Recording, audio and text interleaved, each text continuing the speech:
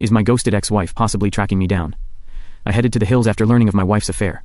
I don't exactly know why I'm writing this, but now that the events are over and done and I've moved on, maybe it will help someone. In February 2018, I discovered my wife's affair after we had been married for 3.5 years. I had a contract job that involved a lot of travel at times, but also allowed me to work from home. When I was back, my wife had a very well-paying job as a director of a technical sales firm. We had what I would describe as a really good marriage. Although things had gotten a bit strained from my being away on work trips and our working longer and longer hours backstory. I met my wife now ex 5 years ago at a mutual friend's barbecue. We struck up a conversation and had an instant chemistry, and quite honestly, I thought I was beating the odds being with such a beautiful and well-spoken woman.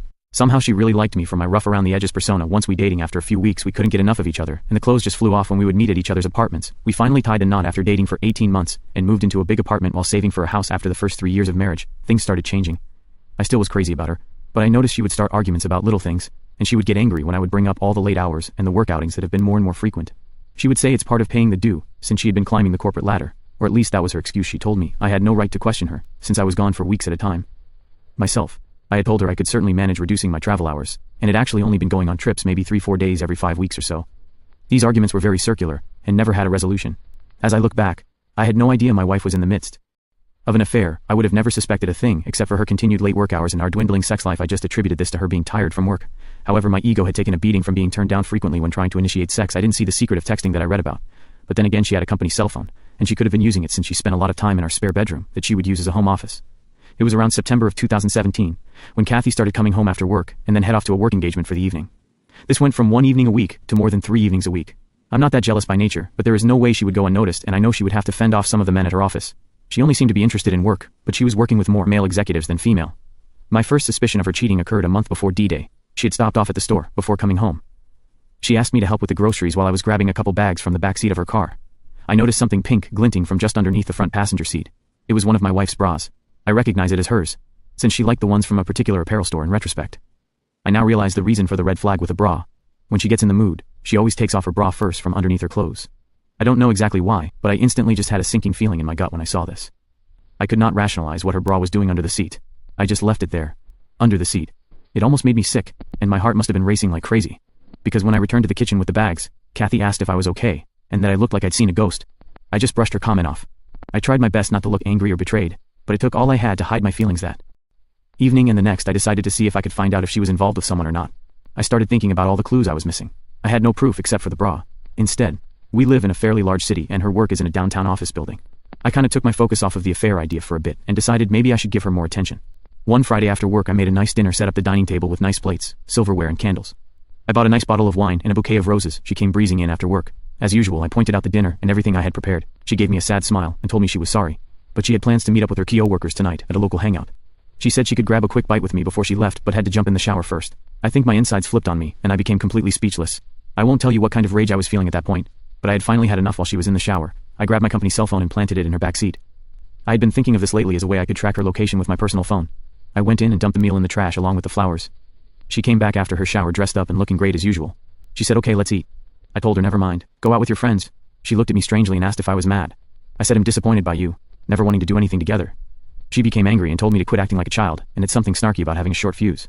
I stood there letting all this sink in and said, "Foolish me. I thought you'd like to spend the evening together for once." She just smirked at me and left in a huff. I took out my other phone and started tracking my work phone. I saw her stop about 20 minutes away at the bar that she frequents with her work buddies. I decided to head out and locate her car. Sure enough, there it was in the parking lot of the bar. I sat across the street in my car waiting to see if I could see her. I felt so unlike myself, like a stalker. But I rationalized, I needed to at least satisfy my anxiety about her whereabouts. About an hour after I arrive, I see her coming out of the bar with a man. He looks like one of the execs I've seen from her work. He grabs her and pulls her clothes and kisses her. My stomach went into knots. My body went completely numb. They head over to another car and get in together. I do my best to follow them as the car pulls out. They travel about 10 minutes away too. You guessed it, a hotel. I pull over on the street. Next to the hotel I watch as they get out and head, hand in hand, into the hotel. I've seen enough. I'm an idiot. I start banging my fist on the steering wheel. That's it. Something inside me went completely blank, and I'm not sure if I blacked out or had an out-of-body experience. When I recovered myself, I decided I needed a drink. Now this is when my life took a new direction that I would have never guessed. I just started driving out of town, just reliving everything I had just witnessed, and I hate to say crying with rage. I headed towards the outskirts of town, about 30 miles. I find a nice little bar, and pull in. I find a seat at the bar, and order a drink. I must have looked like death warmed over because the bartender female mentioned that I looked like someone took the wind out of my sails. I have smiled and said, "You could say that a guy takes a stool next to me and starts up a conversation." I'm not in much of a mood to talk, but something about this guy just made me feel comfortable. We start talking, and after a while the subject of my wife cheating just tumbles out of my mind, how I just want to leave her, and forget her. He looks at me and slaps me on the back. He says, "Buddy, you are not alone. There happened to me a few years ago. I believe that sometimes these things happen for a reason, and let me tell you, your life can now change. Either for the better or the worse, it's entirely up to you at this point." Something about him saying this really shook me out of my glum mood. I mean, I know I'm hurting, but I've always been able to see things logically, and he is so. Right now, we introduce each other. His name is Ray. He is kind of a country guy, but is just the sort of salt-of-the-earth type that I really respect. He asks me when I'm going to move out. I guess it never occurred to me to even think that far ahead. I know I don't want to be around this woman anymore, and I do have this fight-or-flight feeling coursing through me. Ray says I feel very sympathetic to your situation and have an idea if it comes to it, and you feel like you need to leave. At some point, I've got a travel trailer sitting on my property. It's not great, and it could use a bit of fixing up. Why don't you come out and check it out and see if you could see yourself living in something like that temporarily? At least I'll make you a great deal on it. I even have a nice piece of property that you could park it on. You would be doing me a favor to keep an eye on it for me. It might do some good to get away from your situation. Just a thought. It took me a minute to register his idea. The bartender had been overhearing the conversation and smiles, "Hell, honey." She says if I could have escaped my crazy ex-husband years ago, I would have jumped at the chance to go live in his trailer or anything to just get my head on straight. I feel like I have stumbled into the twilight light zone, but maybe this is exactly what I need. I tell Ray yes, I'll think about it and maybe check it out. We part ways after a bit and make plans to meet out at his place in a few days. I started to feel like I have a little bit of perspective and a chance for getting out of what I believe is a nightmare mixed in with a heavy heartache. One thing is for certain, there is no way I'll ever want to be with my wife again. Cheating is such a vile thing to me, and has always been the one thing that I believe I would never tolerate. I got home after Kathy that night and sat on the couch. Kathy came out and asked me where I'd been. I turned to her and asked her where she had been. She says, I went to grab drinks. I asked her point blank, "Are you having an affair?" She looks a little startled but regains her composure and says no. "Why would you ask me that?" I tell her I heard she may be involved with someone from work. She asks, "Who told you that?" I tell her someone that I know, but would not divulge the name. She just tells me you are being ridiculous, and that I'm drunk and delusional, and asks me where I have been. I tell her out to a bar to have some drinks with friends. She just stares at me wanting to ask me more, but just heads back to our bedroom and goes back to bed. I decided to sleep on the couch since I now have confirmation that she has been lying for months to me. I didn't sleep at all and start picturing her with this guy in bed, and I'm disgusted and hurt and feeling sorry for myself. However, I start thinking about Ray's trailer. It is almost a revelation, and the idea of it just made me feel better. I must have something wrong with. But with the pain I was in, the fight or flight mode just instinctively kicked in, and the flight part won me over the next morning. We don't speak much and go about the weekend, as if nothing had happened. A few days later I made plans to meet up with Ray. I met up at Ray's place. He owns a nice ranch, and the trailer is actually really nice, about 26, and has all the necessities one needs to live in it. I had traveled with some friends and one back in college during a spring break and really enjoyed it. I make Ray an offer on it, and he agrees to the price. I practically steal it from him. He gives me directions to his ranch property, and I drive over to check it out. It is beautiful, full of trees, scrub brush, and it looks like there are nearby hiking and biking trails bordering it. It's near the foothills of some mountains, and Ray has a small shack on a hill overlooking the property with water and electricity for the trailer available. Ray will pull the travel trailer to the side and set it up for me. I tried to get Kathy to come clean during the next few weeks, and all I get is gaslighting. I even point blank tell her that if I find out she is cheating, there is no going back. This has the opposite effect of driving her deeper into her affair fog and blistering me in denials. The denial is so bad it almost made me laugh. I have no physical proof of her cheating and kick myself for not at least taking some photos of the two of them. As I go through this mental agony, I come to the conclusion that I went out of this marriage rather than let Kathy know how I feel about things. Now I just start making plans. I started stealthily, taking my belongings out of the apartment while she was at work, and moving them over to the trailer. This at least makes me feel like I'm taking action. I did notice a change in Kathy during this time, and has been acting nicely around me, but in my mind too little too late. As she continued her little company outings after work, I decided I too needed a break. In fact, as she was heading out for the evening, I also got dressed around the same time. She looked at me and asked where I was going. I just said I was meeting up with some friends. She started to ask, and I just told her she didn't know them and she wouldn't enjoy all the shop talk. This is exactly what she would tell me when I would ask if I could join her at one of her office outings. She kind of had a hurt look on her face and says, "Okay, have a nice time." I said I definitely would between working on the trailer and meeting up with Ray at the bar. I have started to make more friends. In fact, it has led to some fun times with a great group of Ray's friends and family, and in case anyone asks, I decided I would moderate my drinking so I don't develop any bad habits. It would be so easy to drown myself in pity about this time frame, Kathy tells me. She has to go on a trip for work. The following week I ask her who is all going, and she tells me the executive team and some department heads. I just look at her and tell her, I hope she has a really great time with her boyfriend. I kind of wish I hadn't said that. It started a lot of arguing back and forth in a lot of ways. I wish I knew more about her AP, but as Ray put it to me, in the long run, it doesn't matter who the other guy is. It only matters that she decided to step out on you. She burned down the marriage. She can own it or deny it. But facts are facts, brother. Damn, Ray should write this stuff down and publish it for the betrayed her work trip, provided me with the opportunity to move the rest of my stuff out completely.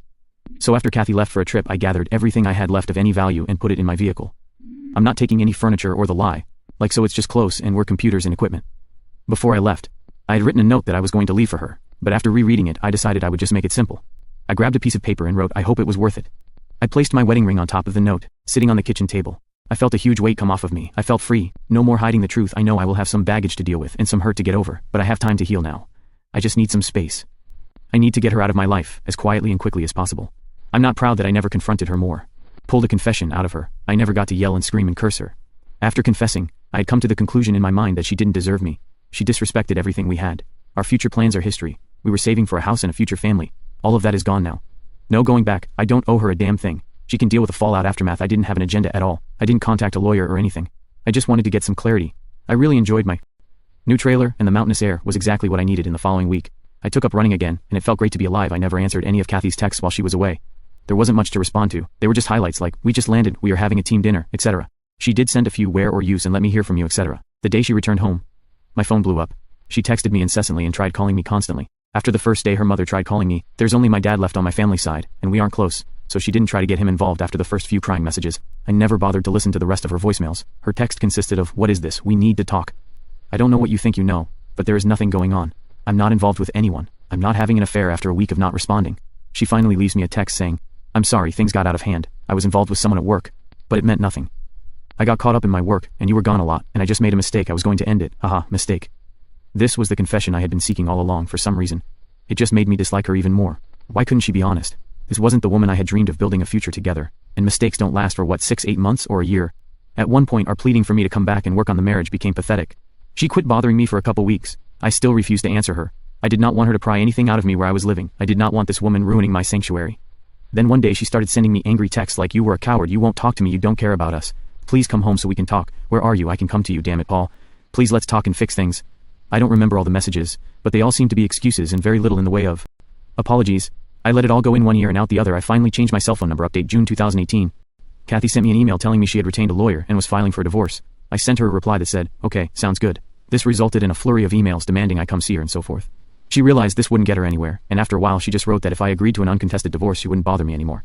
I agreed, and several months later finally, I was truly a free man. I never had to see her after I left our apartment. No closure for either of us, but it seemed like that was more important to her than to me for a few months. I did think of her sometimes, and yes, the pain would appear out of nowhere, like if I heard a song come on the radio that we used to listen to, etc. But eventually, I just stopped thinking about her. Update, too. Well, I am officially divorced. Things are really good now. As a matter of fact, I met a great girl. I was out on a run on the trail just down the hill from where I live. I helped her change a flat tire and we really hit it off. She is amazing and cute as hell though. A few years younger than me. She loves my lifestyle and calls me her mountain man. I'm in no hurry to get serious, but I'm not about to give up on women completely. I'm still up here in the trailer. I have no plans to change anytime soon, and I've simplified my life quite a bit.